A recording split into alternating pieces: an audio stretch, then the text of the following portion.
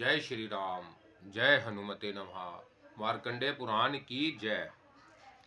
मार्कंडे जी कहते हैं, जब पुत्र के बहुत कहने पर भी राजा ने दूसरी कोई वस्तु नहीं मांगी, तब उन्होंने कहा, पिताजी, मैं आपको किमिच्छक दान देकर बड़े संकट में पड़ गया। अब निर्जन होकर फिर विवाह करूंगा। स्त्री के सामने परस सत हुआ और पृथ्वी पर गिरा गया, फिर भी मुझे स्त्री का स्वामी बनना पड़ेगा। यह बड़ा ही दुष्कर कर्म है, तथापि मैं क्या करूं? सत्य के बंधन में बंधा हूं। आपने जो आज्ञा दी है वह करूंगा। एक दिन राजकुमार अभिषिक्त शिकार खेलने के लिए वन में गए। वहां वह हरिण, वराह तथा व्याघ्र आदि जंतुओं को अपने बाणों का निशाना बनाने लगे। इतने में ही उन्हें सहसा किसी स्त्री के रोने का शब्द सुनाई दिया। वह भय से गदगद वाणी में उच्च स्वर से बार बार क्रंदन करती हुई त्राही त्राही की रट लगा रही थी। राजकुमार अभिषिक्त ने मत डरो ऐसा कहते हुए अपने घोड़े और उसी ओर बढ़ाया जिधर से वह शब्द आ रहा था। उस निर्जन वन में धनु के पुत्र धरणकेश के द्वारा पकड़ी गई वह कन्या विलाप करती हुई कह रही थी, मैं महाराज करंधम के पुत्र अभिषिक्त की पत्नी हूँ, किंतु वह नीच दानव मुझे हर कर लिए जाता है। जिन महाराज के समक्ष समस्त राजा गंधर्व तथा गुहाक भी खड़े होने की शक्ति नहीं रखते, जिनका क्रोध मृत्यु और पराक्रम इंद्र के समान है, उन्हीं की पुत्र वधु होकर आज मैं एक दानव के द्वारा हरी जा रही हूँ।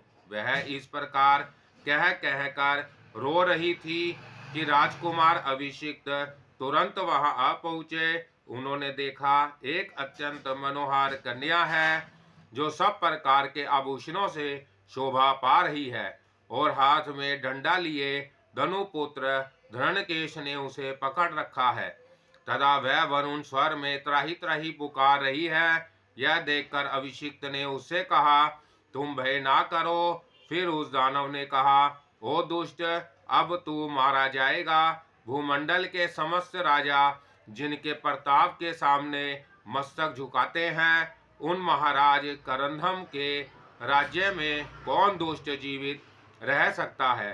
राजकुमार को श्रेष्ठ धनुष लिए आया देख वह कृशंगी युवती बार बार कहने लगी, आप मुझे बचाइए, यह दुष्ट मुझे हर कर लिए जाता है। मैं महाराज करंधम की पुत्र वधु और अभिषिक्त की पत्नी हूँ, सनाथ हूँ, तो भी वह वन में यह दुष्ट मुझे अनाथ की भांति हर कर लिए जाता है। यह सुनकर अभिषिक्त उसकी बात पर विचार करने लगे। यह किस प्रकार मेरी भार्या तथा पिताजी की पुत्र वधु हुई, अथवा इस समय तो इसे छुड़ाऊं, फिर समझ लूंगा। पीड़ितों की रक्षा करने के लिए क्षत्रिय हथियार धारण करते हैं। ऐसा निश्चय करके वीर अक्षित ने उस खोटी बुद्धि वाले दानव से कुपित होकर कहा, पापी यदि जीवित रहना चाहता है तो इसे छोड़कर चला जा, अन्यथा तेरे प्राण नहीं बचेंगे।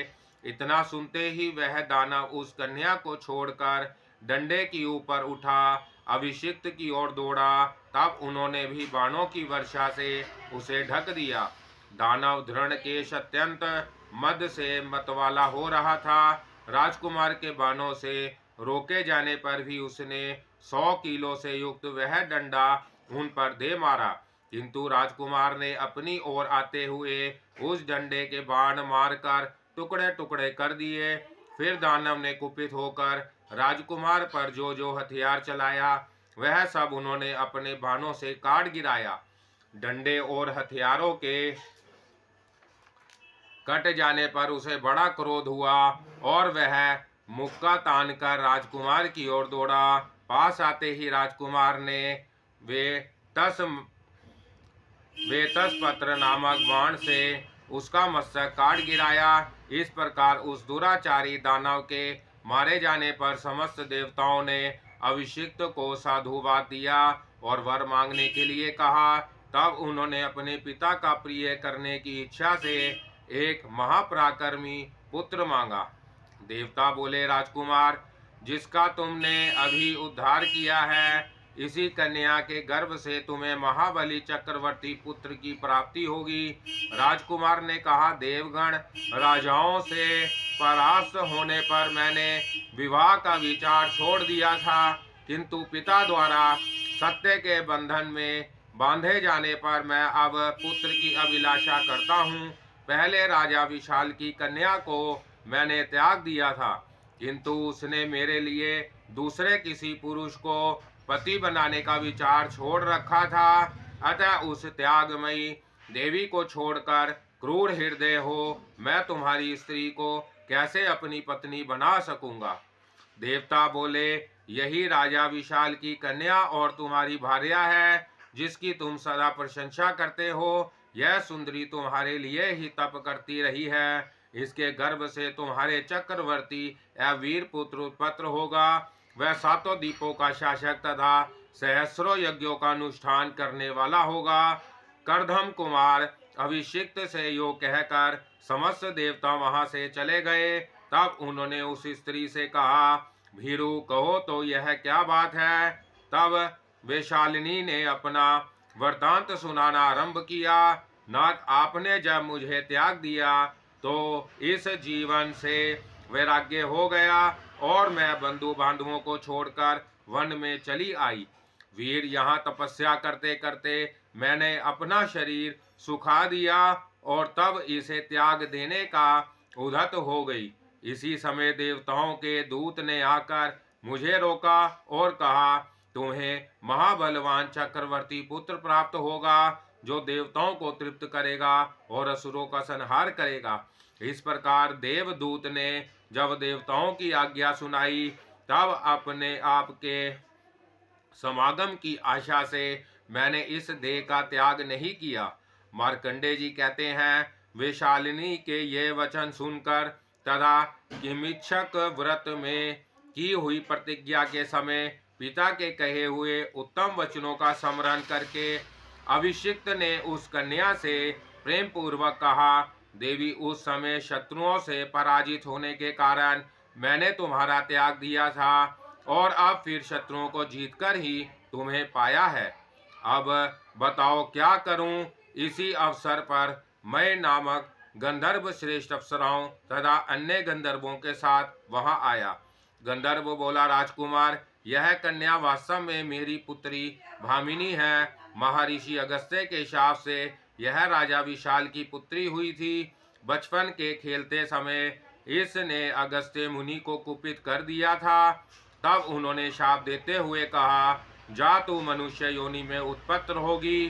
तब हम लोगों ने मुनि को प्रसन्न करते हुए कहा, ब्रह्म ऋषि, अभी यह नीरी बालिका है, इसे भले बुरे का विवेक नहीं है, तभी इसके द्वारा आपका अपराध बन गया है, अतः इसके ऊपर कृपा कीजिए। तब उन महामुनि ने कहा, बालिका समझ कर ही मैंने इसे बहुत थोड़ा शाप दिया है, अब यह टल नहीं सकता। यही महर्षि का शाप था, जिससे यह मेरी पुत्री भामिनी राजा विशाल के भवन में उत्पन्न हुई। इसके लिए ही मैं यहाँ उपस्थित हुआ हूँ। आप मेरी इस कन्या को ग्रहण कीजिए, इससे आपको चक्रवर्ती पुत्र की प्राप्ति होगी। तब बहुत अच्छा कहकर राजकुमार ने विधि पूर्वक उसका पानी ग्रहण किया। उस समय वहां तुम्बुरु मुनि ने हवन किया। देवता और गंधर्व गीत गाते रहे। मेघों ने फूलों की वर्षा की और देवताओं के बाजे बजते रहे। विवाह के पश्चात दोनों दंपति महात्मा मय के साथ गंधर्व लोक में गए। अभिषिक्त अपनी पत्नी के साथ कभी अत्यंत रमणीय नागरोधान में और कभी पर्वत की उपत्यका में विहार करने लगे। वहां मुनि गंधर्व और किन्नर लोग उन दोनों के लिए भोजन की सामग्री, चंदन, वस्त्र, माला तथा पीने योग्य पदार्थ आदि उत्तम वस्तुएं प्रस्तुत किए जा करते हैं थे। मनुष्यों के लिए दुर्लभ गंधर्व लोक में अभिषिक्त इस प्रकार भामिनी के साथ विहार करते रहे। कुछ समय के बाद भामिनी ने वीर अभिषिक्त के पुत्र को जन्म दिया। उस महापराक्रमी पुत्र का जन्म होने पर उससे कार्य सिद्धि की अपेक्षा रखने वाले गंधर्वों के यहाँ बड़ा भारी उत्सव हुआ। उसमें सब देवता तथा निर्मल देव ऋषि भी पधारे। पाताल से नागराज, शेष, वासुकी और तक्षक भी आए। देवता, असुर, यक्ष और गुहाकों में जो प्रधान थे वह सब उपस्थित हुए। सभी मरूद गण भी पधारे थे। तंबुरों ने उस बालक का जातकर्म आदि करके स्तुति पूर्वक सविस्तिक वाचन किया और कहा, आयुष्मान, तुम चक्रवर्ती, महापराक्रमी, महाबाहु एवं महाबलवान होकर समस्त पृथ्वी का शासन करो। वीर ये इंद्र आदि लोकपाल तथा महर्षि तुम्हारा कल्याण करें और तुम्हें शत्रुनाशक शक्ति प्रदान करें। पूर्व दिशा में बहने वाले मरुत, जिनमें धूल का समावेश नहीं होता, तुम्हारा कल्याण करे। दक्षिण दिशा के निर्मल मरुत तुम्हें स्वस्थ रखें। पश्चिम के मरुत उत्तम पराक्रम दें तथा उत्तर के मरुत तुम्हें उत्कृष्ट बल प्रदान करें। इस प्रकार सवस्त्य के पश्चात आकाशवाणी हुई। पुरोहित ने मरुत तव का अनेक बार प्रयोग किया है, इसलिए यह बालक पृथ्वी पर मरुत के नाम से विख्यात होगा। भूमंडल के सभी राजा इसकी आज्ञा के अधीन रहेंगे और यह वीर सब राजाओं का सिरमौर बना रहेगा। अन्य भूपालों को जीतकर यह महापराक्रमी चक्रवर्ती होगा और 7 दीपों वाली समूची पृथ्वी का उपभोग करेगा। यज्ञ करने वाले राजाओं में यह प्रधान होगा तथा समस्त नरेशों में इसका शौर्य और पराक्रम सबसे अधिक होगा। देवताओं में से किसी ने यह आकाशवाणी की थी। इसे सुनकर ब्राह्मण, गंधर्व तथा बालक के माता पिता बहुत प्रसन्न हुए। तदंतर राजकुमार अभिषिक्त अपने प्रिय पुत्र को गोद में ले गंधर्वों के साथ अपने पिता के नगर में आए। पिता के घर में पहुंचकर उन्होंने अनेक चरणों में आदर पूर्वक मस्तक झुकाया तथा लजावती भामिनी ने भी ससुर के चरणों में प्रणाम किया। उस समय राजा करंधम धर्मासन पर विराजमान थे। अभिषिक्त ने पुत्र को लेकर कहा, पिताजी, माता के किमिच्छक व्रत में मैंने जो प्रतिज्ञा की थी उसके अनुसार अब आप गोद में लेकर इस पुत्र का मुख देखिए। यो कहकर उन्होंने पिता की गोद में बालक को रख दिया और उसके जन्म का सारा वृत्तांत ठीक ठीक कह सुनाया। राजा करधम के नेत्रों में आनंद के आंसू छलक आए। उन्होंने पुत्र को छाती से लगाकर अपने भाग्य की प्रशंसा करते हुए कहा, मैं बड़ा ही सौभाग्यशाली हूँ। इसके बाद उन्होंने वहां आए हुए गंधर्वों का अर्ध आदि के द्वारा सत्कार किया। उस समय उनको और किसी बात की याद नहीं रही। उस नगर में पुरवासियों के घर घर में महान आनंद छा गया। सब प्रसन्न होकर कहते थे, हमारे महाराज के पोता हुआ है। राजा करधमन ने हर्ष मग्न होकर ब्राह्मणों को रत्न, धन, गौ, वस्त्र और आभूषण दान किए। वह बालक शुक्ल पक्ष के चंद्रमा की भांति प्रतिदिन बढ़ने लगा। उसे देखकर पिता आदि को बड़ी प्रसन्नता होती थी। वह सब लोगों का प्यारा था। कुछ बड़ा होने पर उपशयन के बाद उसने आचार्यों के पास रहकर पहले वेदों की, फिर समस्त शास्त्रों की तथा अंत में धनुर्वेद की शिक्षा ग्रहण की। तत्पश्चात भृगु पुत्र शुक्राचार्य से अन्याय अस्त्र विधाओं का ज्ञान प्राप्त किया। वह गुरु के समक्ष विनीत भाव से मस्तक झुकाता तथा सदा उन्हें प्रसन्न रखने की चेष्टा में संलग्न रहता था। वह अस्त्र विधा का ज्ञाता, वेद का विधान, धनुर्वेद में पारंगत तथा सब विधाओं में निष्णात था। उस समय मरुत से बढ़कर दूसरा कोई नहीं था। राजा विशाल को भी वह अपनी पुत्री का सारा समाचार ज्ञात हुआ तथा दोहित्र की उत्तम योग्यता सुनाई पड़ी।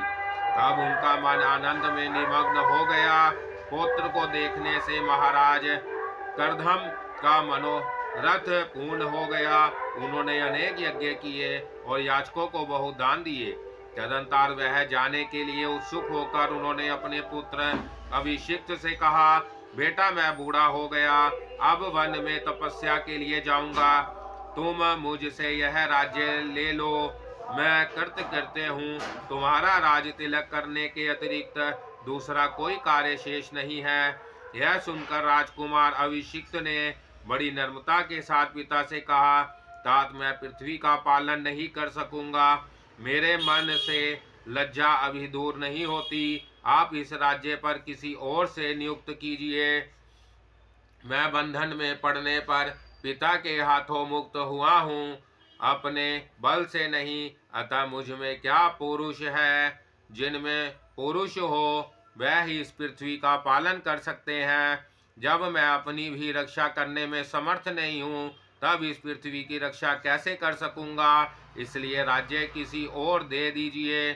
पिता बोले, बेटा पुत्र के लिए पिता और पिता के लिए पुत्र भिन्न नहीं है। यदि पिता ने तुम्हें बंधन से छुड़ाया तो यही मानना चाहिए कि किसी दूसरे ने नहीं छुड़ाया है।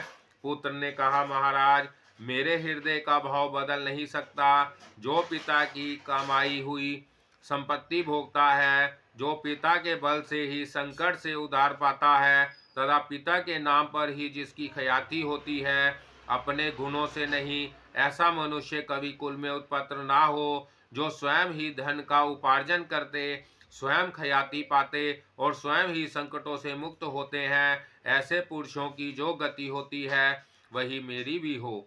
पिता के बहुत कहने पर भी जब अभिषिक्त पूर्वोक्त उत्तर की ही देते चले गए, तब महाराज करधम ने उनके पुत्र मरुत को ही राजा बना दिया। पिता की आज्ञा के अनुसार पितामह से राज्य पाकर मरुत अपने सुहादों का आनंद बढ़ाते हुए उसका भली भांति पालन करने लगे। राजा करधम अपनी पत्नी वीरा को साथ ले वन में तपस्या के लिए चले गए। वहां मन, वाणी और शरीर को संयम में रखकर उन्होंने 1000 वर्षों तक दुष्कर तपस्या की और अंत में शरीर त्याग कर वह इंद्रलोक में चले गए। उनकी पत्नी वीरा ने 100 वर्ष बाद तक कठोर तप किया। उसके सिर पर जटाएं बड़ी हुई थी, शरीर पर मैल जम गई थी। वह स्वर्ग में गए हुए अपने महात्मा पति का सालोक्य चाहती हुई फल मूल का हार करके भार्गव के आश्रम पर तपस्या करती थी। ब्राह्मणों की स्त्रियों में रहकर उनकी सेवा में तत्पर रहती थी। क्रोष्ट की बोले, भगवान आपने करधम और अभिषिक्त के चरित्र का मुझसे विस्तार पूर्वक वर्णन किया। अब मैं अभिषिक्त कुमार महात्मा मरुत का चरित्र सुनना चाहता हूँ। सुना जाता है उनका चरित्र अलौकिक था। वह चक्रवर्ती, महान, सौभाग्यशाली, शूरवीर, सुंदर, परम बुद्धिमान, धर्मज्ञ, धर्मात्मा तथा पृथ्वी का धर्म पूर्वक पालन करने थे। मार्कंडे जी ने कहा, पिता के आदेश से पितामह का राज्य पाकर मरुत जिस प्रकार पिता अपने औरस पुत्रों की रक्षा करता है, उसी प्रकार प्रजाजनों का धर्म पूर्वक पालन करने लगे। ऋषि तवजो और पुरोहित के आदेश से प्रसन्न होकर बहुत से यज्ञों का विधि पूर्वक अनुष्ठान किया और उनमें प्रचुर दक्षिणाएं दी। उनका शासन चक्र 7 द्वीपों में अबाध रूप से फैला हुआ था। आकाश, पाताल और जल आदि में भी उनकी गति कुंठित नहीं होती थी। राजा तो यज्ञ ही थे। चारों वर्षों के अन्य लोग भी अपने कर्म में आलस्य छोड़कर संलग्न रहते और महाराज से धन प्राप्त कर इष्ट पूर्त आदि पुण्य क्रियाएं करते थे। राजा मरुत ने 100 यज्ञ करके देवराज इंद्र को भी मात कर दिया। उनके पुरोहित अंगिराग नंदन सनवर्त जी थे, जो बृहस्पति के भाई एवं तपस्या के भंडार थे।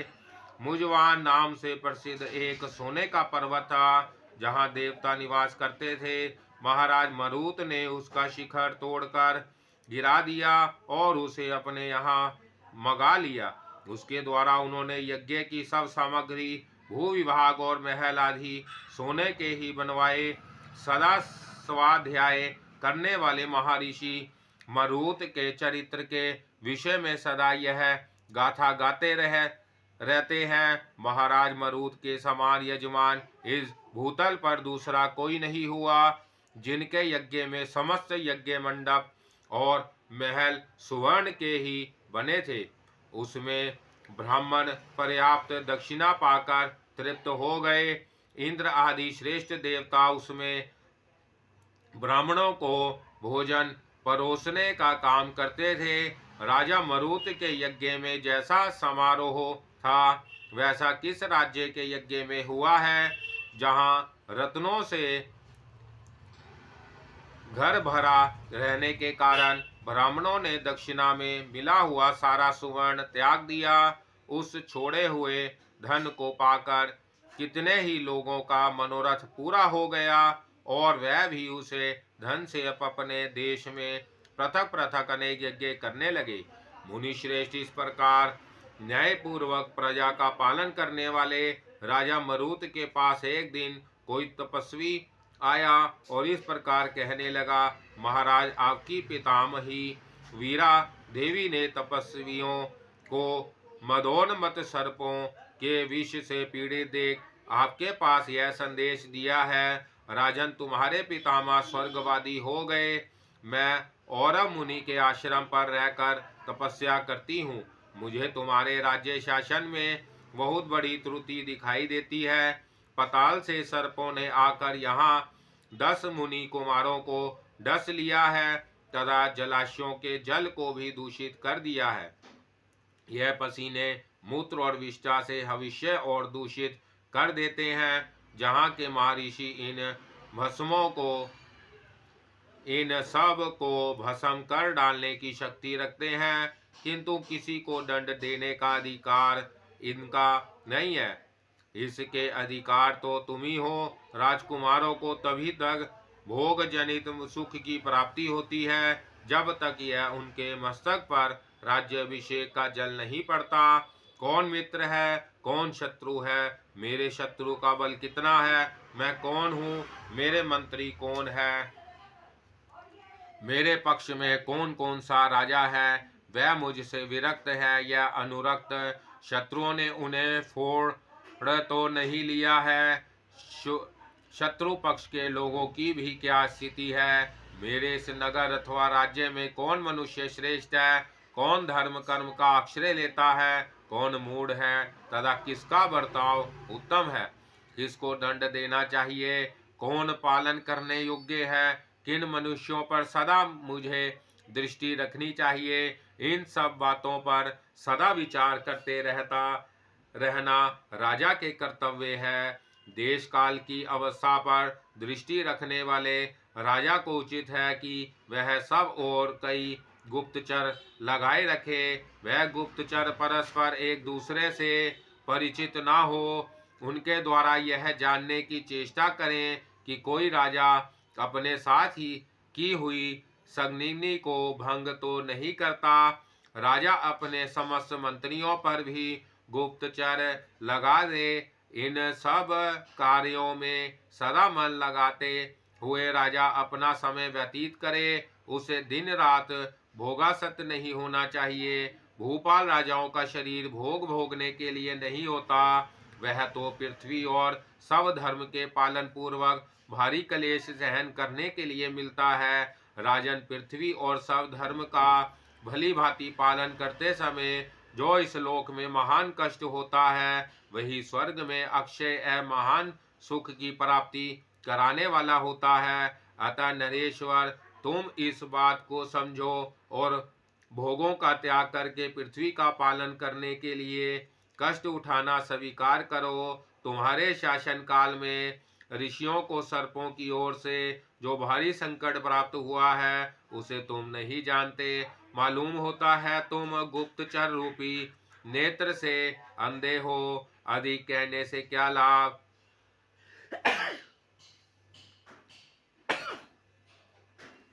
तुम दुष्टों को दंड दो और सज्जन पुरुषों का पालन करो। इससे तुम प्रजा के धर्म के छठे अंश के भागी हो सकोगे।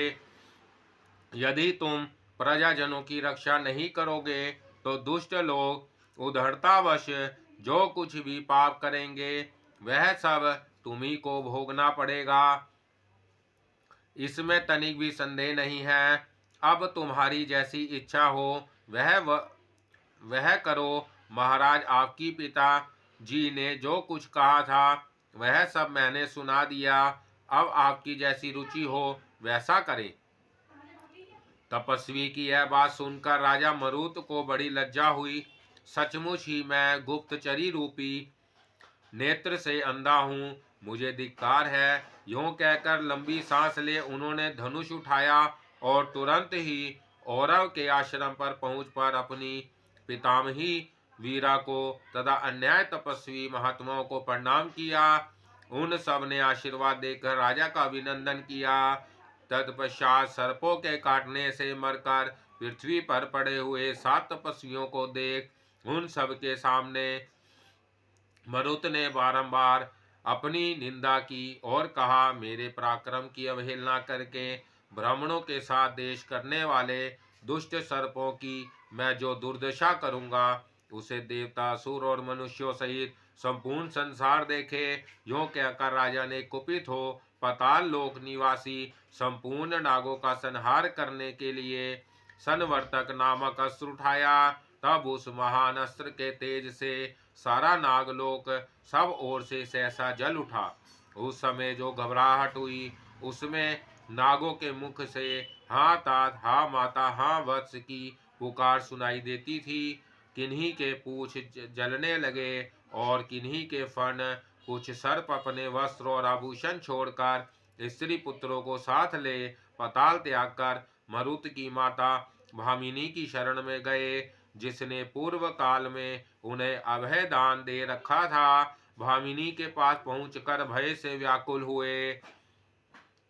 समस्त सर्पों ने प्रमाण पूर्वक गदगद वाणी में कहा, वीर जननी, आज से पहले रसातल में हम लोगों ने जो आपका सत्कार किया था और आपने हमें अभय दान दिया उसके पालन का यह समय आ पहुंचा है। हमारी रक्षा कीजिए।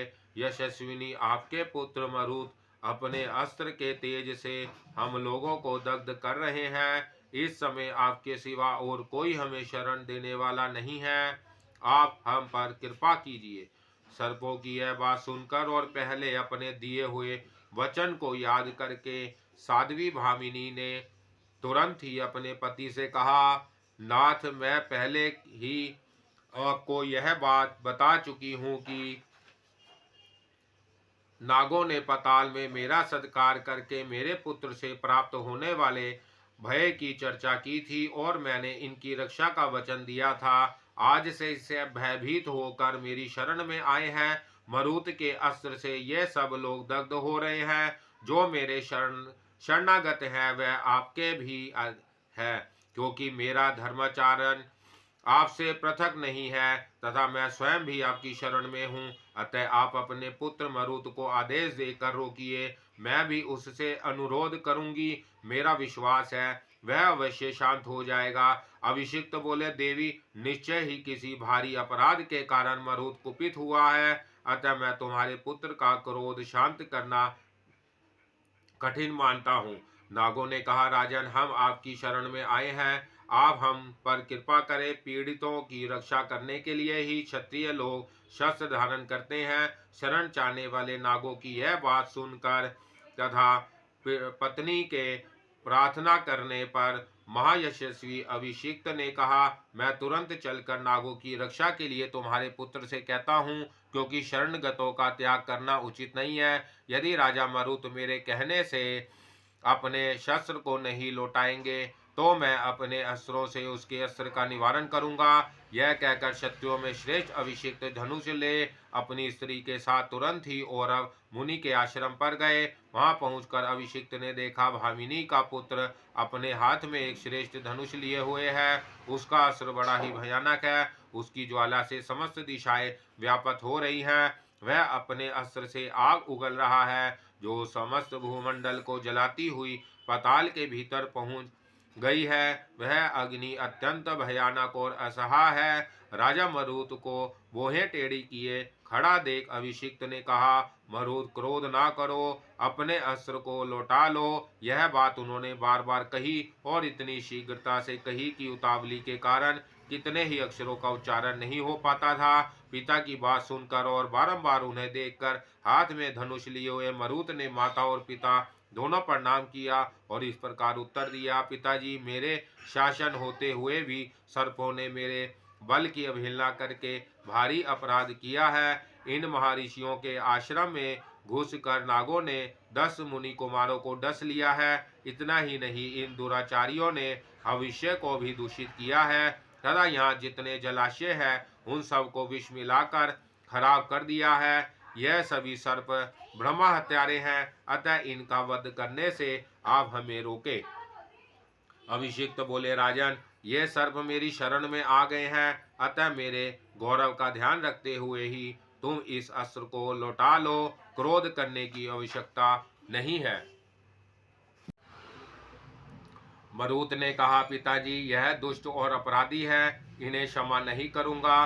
जो राजा दंडनीय पुरुषों को दंड देता और साधु पुरुषों का पालन करता है वह पुण्य लोक में जाता है, तथा जो अपने कर्तव्य की अपेक्षा करता है वह नरक में पड़ता है। अभिषिक्त बोले, राजन, ये सर्प भयभीत होकर मेरे शरण में आए हैं और मैं तुम्हें मना करता हूँ, फिर भी इन नागों की हिंसा करते हो तो मैं तुम्हारे अस्त्र का प्रतिकार करता हूँ। मैंने भी अस्त्र विधा सीखी है, पृथ्वी पर केवल तुम ही अस्त्र वेता नहीं हो। भला मेरे आगे तुम्हारा पुरुषार्थ क्या है? यह कहकर क्रोध से लाल आंखें लिए अभिषिक्त ने धनुष चढ़ाया और उस पर कालास्त्र का संधान किया। फिर तो समुद्र और पर्वतों सहित समूची पृथ्वी जो सनवर्तस्त्र से संततः हो रही थी, कालास्त्र का संधान होते ही कांप उठी। मरुत ने भी पिता द्वारा उठाए हुए कालास्त्र को देखकर कहा, तात, मैंने तो दुष्टों को दंड देने के लिए यह अस्त्र उठाया है, आपका वध करने के लिए नहीं। फिर आप मुझ पर कालास्त्र का प्रयोग क्यों करते हैं? महाभाग, मुझे प्रजाजनों का पालन करना है, आप क्यों मेरा वध करने के लिए अस्त्र उठाते हैं? अभिषिक्त बोले, हम शरणागतों की रक्षा करने पर तुल गए हैं और तुम इसमें विघ्न डालने वाले हो, अतः मैं तुम्हें जीवित नहीं छोड़ूंगा। जो शरण में आए हुए पीड़ित मनुष्यों पर वह शत्रु पक्ष का ही क्यों ना हो दया नहीं दिखाता, उस पुरुष के जीवन को धिक्कार है। मैं क्षत्रिय हूँ, यह भयभीत होकर मेरी शरण में आए हैं और तुम ही इनके अपराधी हो, फिर तुम्हारा वध क्यों ना किया जाए? मरुत ने कहा, मित्र, बांधव, पिता अथवा गुरु भी यदि प्रजा पालन में विघ्न डाले तो राजा के द्वारा वह मार डालने योग्य है। अतः पिताजी, मैं आप पर प्रहार करूंगा। आप मुझ पर क्रोध ना कीजिए, मुझे अपने धर्म का पालन मात्र करना है। आप पर मेरा रति भर भी क्रोध नहीं है। उन दोनों को एक दूसरे का वध करने के लिए दृढ़ संकल्प देख भार्गवादी मुनि बीच में आ पड़े और मरुत से बोले, तुम्हें अपने पिता का हथियार चलाना उचित नहीं है। फिर अभिषिक्त से बोले, आपको भी अपने विख्यात पुत्र का वध नहीं करना चाहिए। मरुत ने कहा, ब्राह्मणों, मैं राजा हूँ, मुझे दुष्टों का वध और साधु पुरुषों की रक्षा करनी है। यह सर्प लोग दुष्ट है, अतः मेरा इसमें क्या अपराध है? अभिषिक्त बोले, मुझे शरणागतों की रक्षा करनी है और यह उन्हीं शरणागतों का वध करता है, अतः मेरा पुत्र होने पर भी अपराधी है। ऋषियों ने कहा, ये नाग कह रहे हैं कि दुष्ट सर्पों ने जिन ब्राह्मणों को काट खाया है उन्हें हम जीवित किए देते हैं, अतः युद्ध करने की आवश्यकता नहीं है। आप दोनों श्रेष्ठ राजा प्रसत्र हो। इसी प्रकार वीरा ने आकर अपने पुत्र अभिषिक्त से कहा, वत्स, मेरे कहने से ही तुम्हारा पुत्र इन नागों का वध करने के लिए उद्यत हुआ है। यदि मरे हुए ब्राह्मण जीवित हो जाते हैं तो अपना कार्य सिद्ध हो जाएगा और तुम्हारे शरणगत सर्प जीवित छूट जाएंगे। तब नागों ने विष खींचकर दिव्य औषधियों के प्रयोग से उन ब्राह्मणों को जीवित कर दिया। तदंतर राजा मरुत ने पुनः अपने माता पिता के चरणों में प्रणाम किया। अभिषिक्त ने भी मरुत को प्रेम पूर्वक हृदय से लगा लिया और कहा, बस तुम शत्रुओं का मान मर्दन करो और चिरकाल तक पृथ्वी का पालन करते रहो, पुत्र और पुत्रों के साथ आनंद भोगो, सदा तुम्हारे कोई शत्रु ना हो। इसके बाद ब्राह्मणों और वीरा की आज्ञा ले अभिषिक्त मरुत और भामिनी रथ पर आरूढ़ हो अपनी राजधानी को चले गए। धर्मात्माओं में श्रेष्ठ महाभाग पतिव्रता वीरा भी भारी तपस्या करके पति के लोक में चली गई। राजा मरुत ने भी काम क्रोध आदि 6 शत्रुओं को जीतकर धर्म पूर्वक पृथ्वी का पालन किया। महाबली महाराज मरुत का ऐसा ही पराक्रम था। 7 द्वीपों में कहीं भी उनकी आज्ञा का उल्लंघन नहीं होता था। उनके समान दूसरा कोई राजा ना हुआ ना होगा। वह सत्य तथा पराक्रम से युक्त और महान तेजस्वी थे। द्विज श्रेष्ठ महात्मा मरुत के उत्तम जन्म एवं चरित्र की यह कथा सुनने से मनुष्य सब पापों से मुक्त हो जाता है।